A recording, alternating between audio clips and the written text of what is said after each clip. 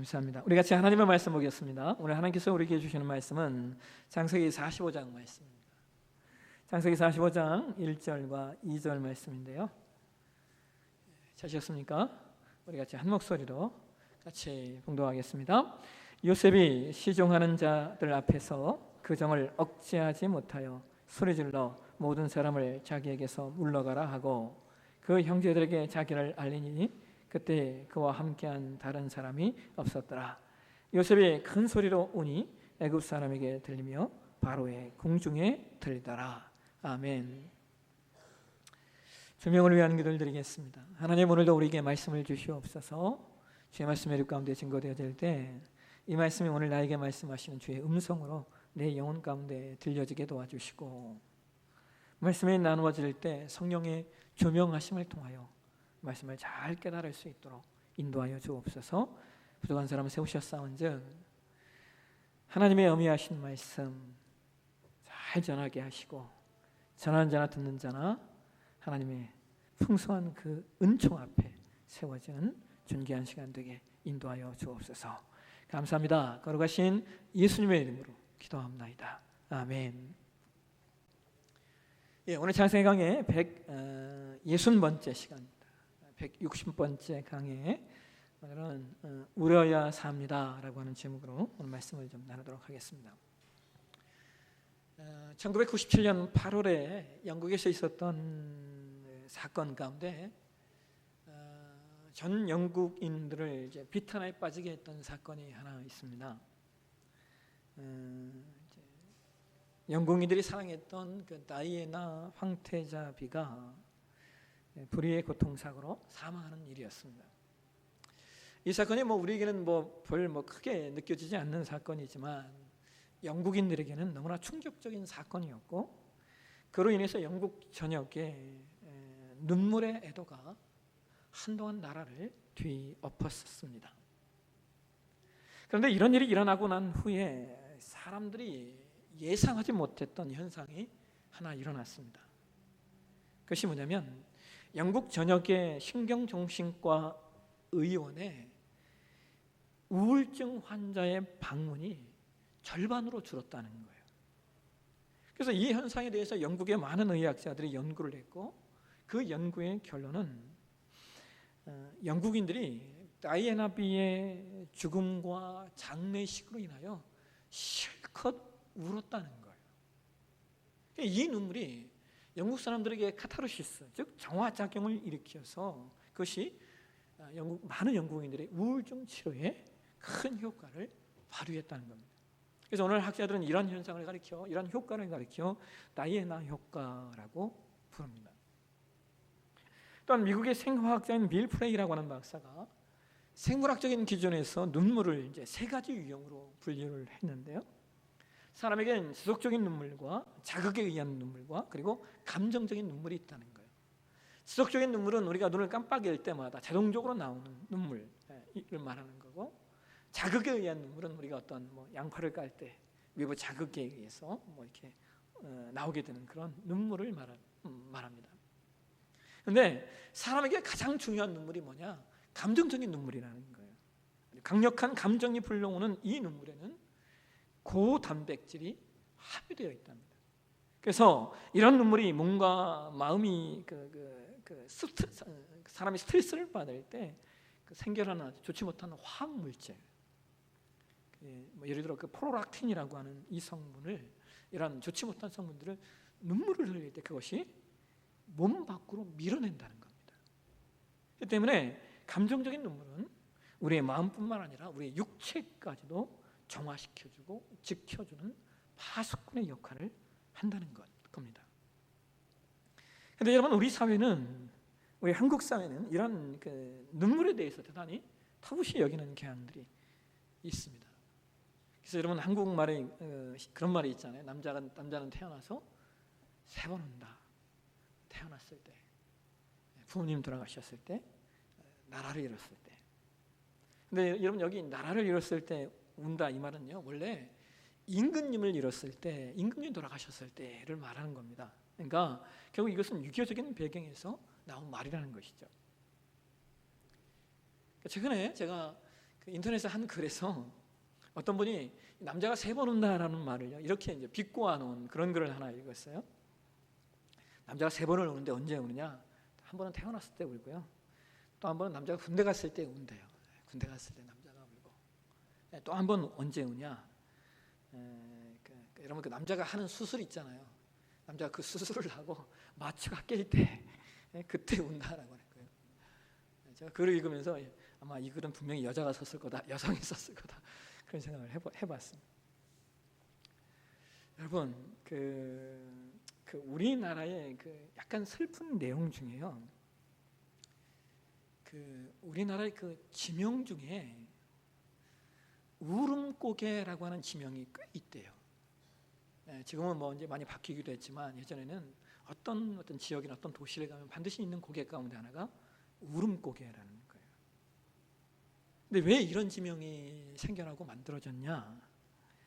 우리의 과거 6.25 사회가 감정을 악덕시 여기는 그런 문화였기 때문에 여인들이 살면서 겪는 어려움을 풀 길이 없는 거예요. 그거 있잖아요. 왜 그걸 남편에게 풀겠습니까? 시어머니에게 풀겠습니까? 아니요. 또 그렇다고 친정으로도 갈 수 없는 그런 문화였지 않아요?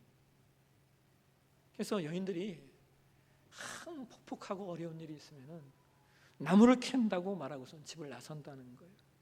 그래서 집이 보이지 않는 언덕을 고개를 딱 넘어가면 그냥 거기 주저앉아서 한참을 울다가 돌아왔다고 합니다. 그래서 그런 지명이 생겨났다는 거예요. 그래서 그 울음 고개 때문에 사실은 조선사회의 여인들이 그나마 살 수 있었다는 겁니다.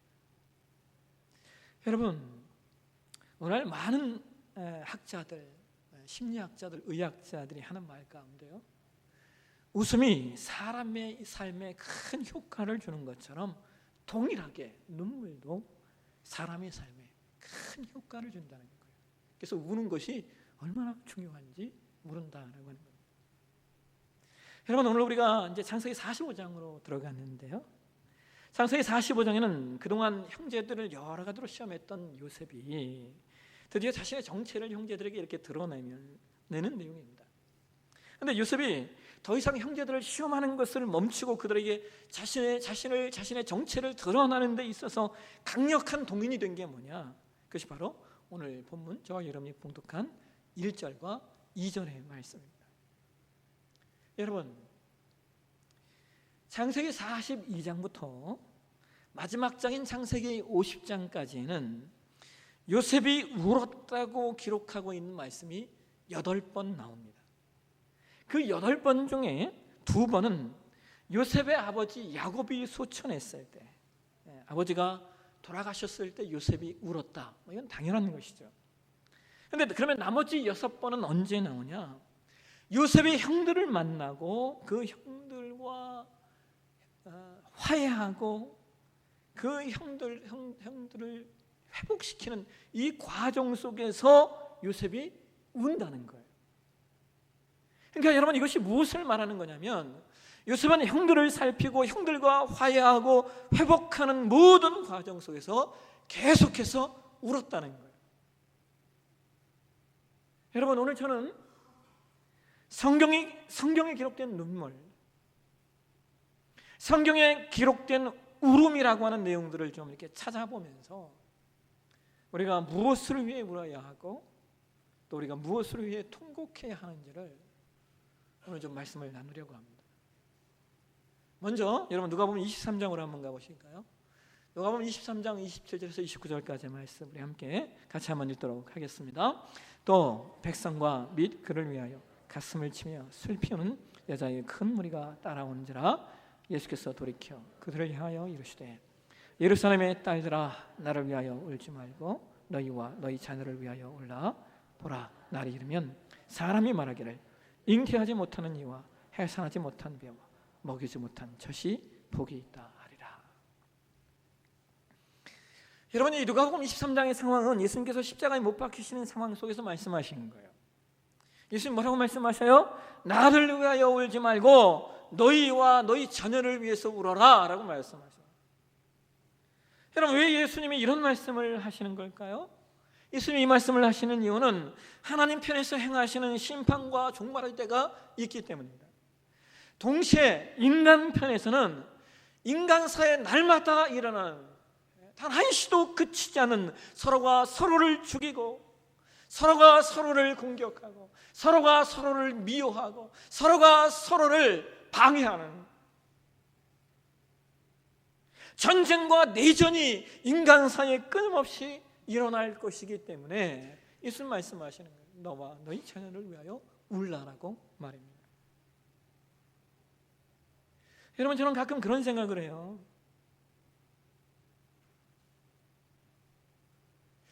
그 시대를 걸어오신 분들에게 참 죄송하지만 저는 가끔 그런 생각을 해요. 제가 일제 강점기에 태어나지 않은 것이 얼마나 다행인가, 좀 그런 생각을 합니다. 참 그 시대를 걸어오시는 분들에게는 죄송하지만 그 시대에 제가 태어나지 않은 게 얼마나 다행인가. 또 내가 6.25 사변을 당하지 않은 것이 얼마나 다행인지요. 저는 그 시대를 살았던 우리 선조들과 우리 어르신들을 생각하면요, 정말 마음이 짠합니다. 여러분, 얼마나 무서운 시대이고 얼마나 고통스러운 시대를 견뎌내셨습니까? 근데 여러분, 분명한 것은요, 이 나라와 이 민족을 보면요, 야, 그런 일이 또 일어나지 말라는 법이 일어나지 않을까? 이게 뭐 보장을 못 하겠는 거예요. 이것이 우리의 현실입니다. 더 나아가서 여러분, 지금 우리가 살고 있는 이 시대가 정신적으로 그리고 영적으로 얼마나 험난하고 악한 시대인지요. 우리의 선조들은 육체적인 죽임과 배고픔의 고통을 겪었다면 우리의 후손들은요, 단연코 정신적인 배고픔과 영적인 죽음의 고통을 겪어야 하고 또 겪고 있습니다. 여러분, 2018년에 우리나라 청소년들의 사망 원인 1위가 뭔지 아십니까? 2018년 통계에 보면요, 우리나라 청소년들의 그 사망 원인 1위가 뭐냐면 자살입니다.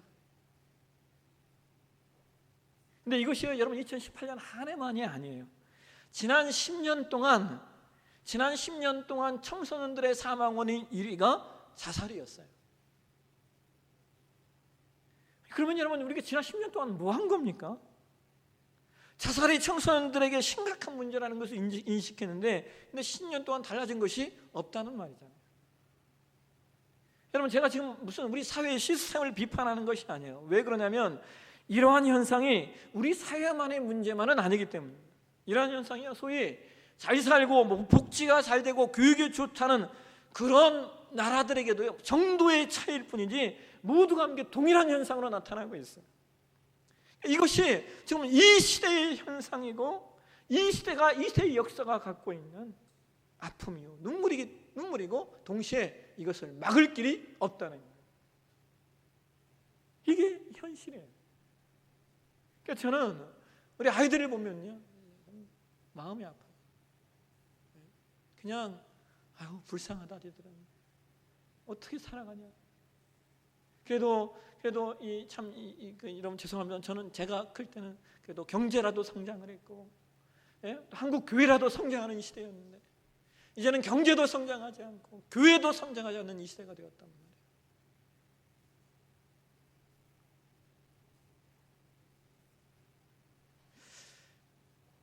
제가 사실 몇 주 전부터 참 진짜 마음이 우울해요.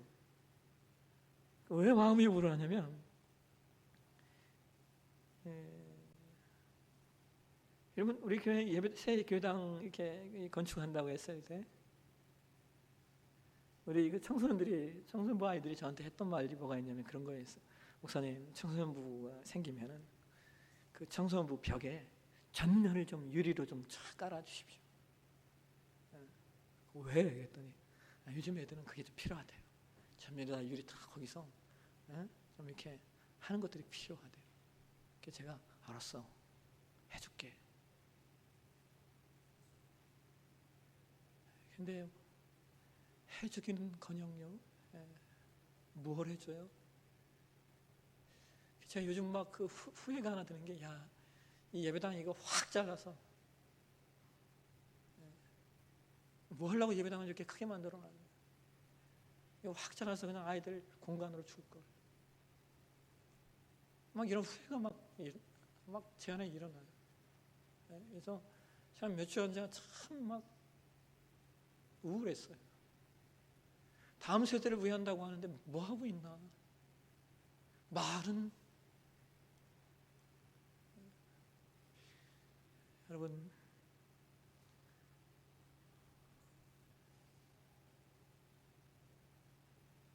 그래서 우리 아이들을 위해서 좀 울었으면 좋겠어요.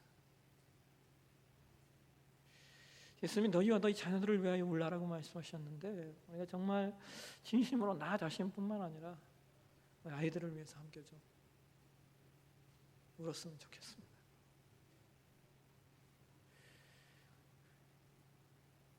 그다음에 또 하나 여러분, 우리가 울어야 할 일 중에 우리가 반드시 울어야 할 아주 중요한 내용이 있어요. 함께 예레미야가 1장으로 한번 가보실까요? 예레미야가 1장 1절 2절 말씀 우리 함께 같이 한번 읽도록 하겠습니다. 슬프다 이성이여, 전에는 사람들이 많더니 이제는 어찌 그리 적막하게 앉았는고. 전에는 열국 중에 크던 자가 이제는 과부같이 되었고, 전에는 열방 중 공주였던 자 이제는 강제 노동을 하는 자가 되었도다.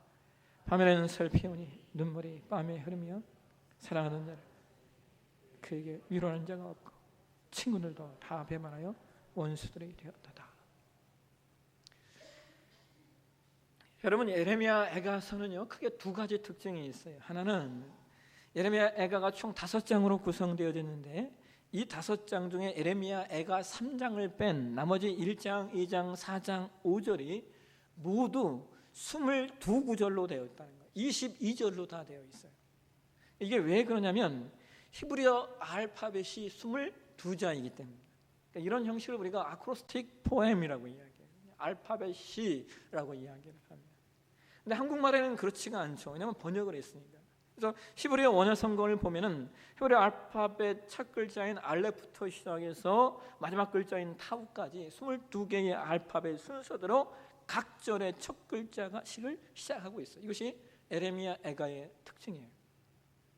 그다음에 또 하나 예레미야 애가의 특징이 뭐냐면요, 예레미야 애가가 총 5장으로 구성되어 있는데 그 중에 3개의 장, 그러니까 1장, 2장, 4장이 그 모두 첫 절에서 어떻게 시작하냐면 슬프다로 시작을 해요. 슬프다, 슬프다. 여러분 왜 그런지 아십니까? 우리가 예레미야에게를 읽어보면요 가장 많이 등장하는 단어가 뭐냐? 슬픔과 눈물과 탄식에 관한 내용이에요. 여러분 왜 예레미야에서 이렇게 슬픔과 비탄과 탄식에 관한 말씀들이 많이 나올까요? 예레미야가서는 예루살렘이 폐망하고 난 뒤에 슬픔을 노래한 시이기 때문에 그래요. 그래서 말 그대로 애가예요. 애가 슬픔의 노래입니다. 근데 여러분 저는 예레미야가를 읽을 때마다 어떤 감정이 있냐면요, 이스라엘 백성들이 예루살렘이 무너지기 전에 울었더라면 이라는 마음이 있어요. 남유다가 바벨론에 멸망당하기 전에 그들이 하나님 앞에 자신의 마음을 토로하며 회개하고 울었다면 그렇게 망하지는 않았을 텐데. 여러분 열왕기하 20장 1절에 가시면요 성경이 히스기야 왕이 병들어서 죽게 되었다고 말해요. 그래서 선지자가 찾아와서 히스기야 왕에게 말하는 거, 여호와의 말씀이 너는 집을 정리하라, 내가 죽고 살지 못한다. 그런데 여러분 이 말씀이 이해가 되세요? 이거 진짜 사람을 약 올리는 것도 아니고 그냥 어차피 죽을 거면 그냥 놔두면 되잖아요. 근데 찾아와서 너 죽을 거니까 이 얘기를 왜 해줍니까? 근데 참 재밌는 것은요, 열왕기하 20장 1절 말씀을 우리가 현대어 성경의 번역을 보시면 그게 좀 이해가 돼요. 우리 한번 보실까요? 같이 한번 읽겠습니다. 그때 히스기야가 죽을 병에 걸렸다. 그러자 아모스의 아들 이사야가 예언자가 그에게 가서 여호와의 말씀을 전하였다. 주께서 말씀하시기를 임금님의 병이 낫지 않을 것이니 임금님의 최후에 대비하여 왕위를 계승할 아들을 지명하여 두라고 제시하셨습니다. 그러니까 선지자가 히스기야를 찾아온 것은 다음 왕을 예비해 두라고 말해 들어온 겁니다. 그러니까 히스기야가 죽을 것은 확실했던 것 같아요. 근데 그런 상황 앞에 여러분 히스기야가 어떻게 해요? 여러분 이어지는 말씀 우리가 열왕기상 20장 2절과 4절 말씀을 이렇게 쭉 보시면요, 히스기야가 얼굴을 벽을 향하여 하나님께 심히 통곡하고 기도했다라고 얘기해요.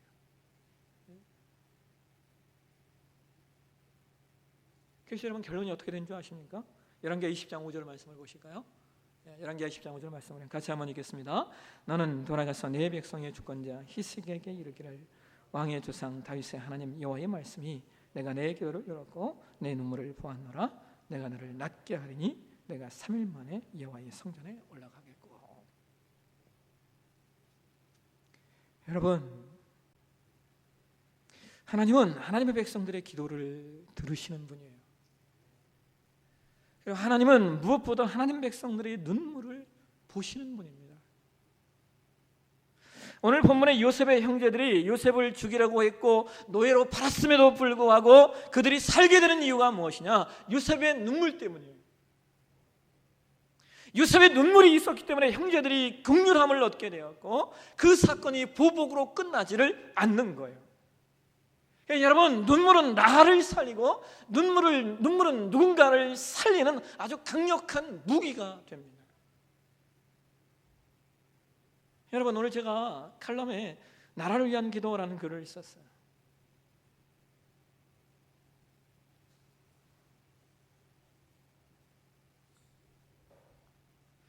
여러분, 제가 한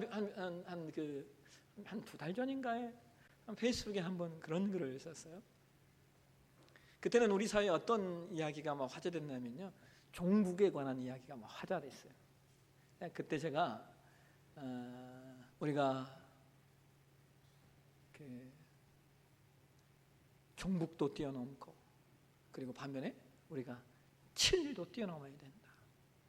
일단 그런 글을 우린 끊임없이 진보가 정권을 잡으면 종북이라고 손가락질하고 보수가 정권을 잡으면 친일이라고 손가락질, 이걸 좀 우리가 뛰어넘어야 이 나라가 살지 않겠냐. 글을 올렸어요. 제가 그 글을 올렸다가요, 이 양쪽 군데서 다 공격을 받았어요. 어떤 사람은 저한테요 빨갱이래요. 또 어떤 사람은 저한테요 매국노래요. 제가 화가 나서 빨갱이라고 저를 빨갱이라고 한 사람한테 그럼 너는 친일이냐? 저한테 매국노라고 한 사람 너는 그러면 종북이냐? 썼다가 그것을 다시 다 지웠어요. 왜 지웠냐? 나도 똑같은 프레임에 지금 빠져 있는 거예요. 우리 사회가 갖고 있는 프레임이 있잖아요. 나도 화가 나니까 똑같이 반응해요. 네? 그래도 화가 나서 제가 글은 지웠지만 그분들 다 친구 삭제했어요.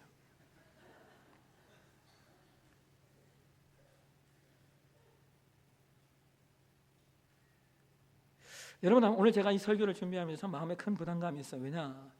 우리는 생각들이 다 달라요. 그죠? 다 달라요. 그냥 부담감이 있었어요. 근데 그럼에도 불구하고 여러분, 분명한 이거예요.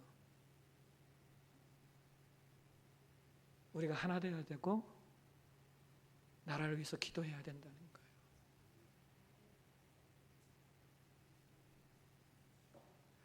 여러분, 예전에요 한국교회에서 했던 내용 가운데 하나가 구국기도라는 게 있어요. 구국기도. 물론 그 구국기도의 내용과 뭐 방법이 어떠하냐 이건 뭐 따로 논의해야 될 필요는 분명히 있습니다. 그러나 어쨌든 나라를 위해 기도했다는 거예요. 이 나라와 이 민족을 좀 불쌍히 여겨달라고 많은 분들이 무릎 꿇고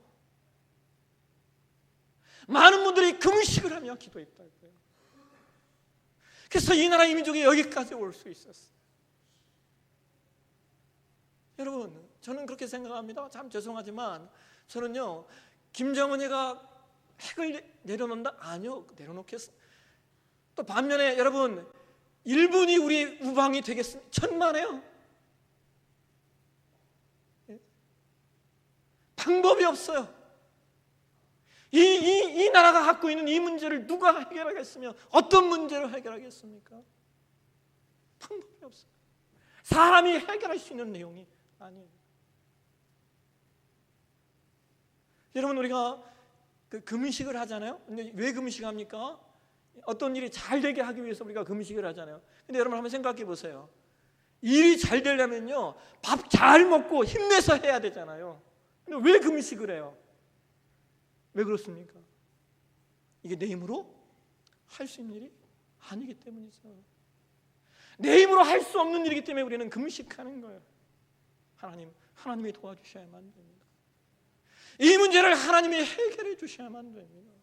이 문제를 하나님이 풀어주셔야만 됩니다 라고 금식하며 기도하는 거예요. 여러분, 우리가 모든 정치와 모든 이해타산과 모든 이데올로기를 다 좀 내려놓고요, 여러분, 우리가 신자로서, 하나님을 아는 백성으로서 좀 이 나라의 민족을 위해서 기도했으면 좋겠어요. 자, 우리 함께 좀 오늘 좀 같이 좀 찬양 좀 몇 곡 참 찬양을 좀 들으신 다음에 우리 좀 나라의 민족을 위해서 좀 기도하는 시간을 좀 가졌으면 좋겠습니다. 자, 우리 그 자리에 한번 일어나셔서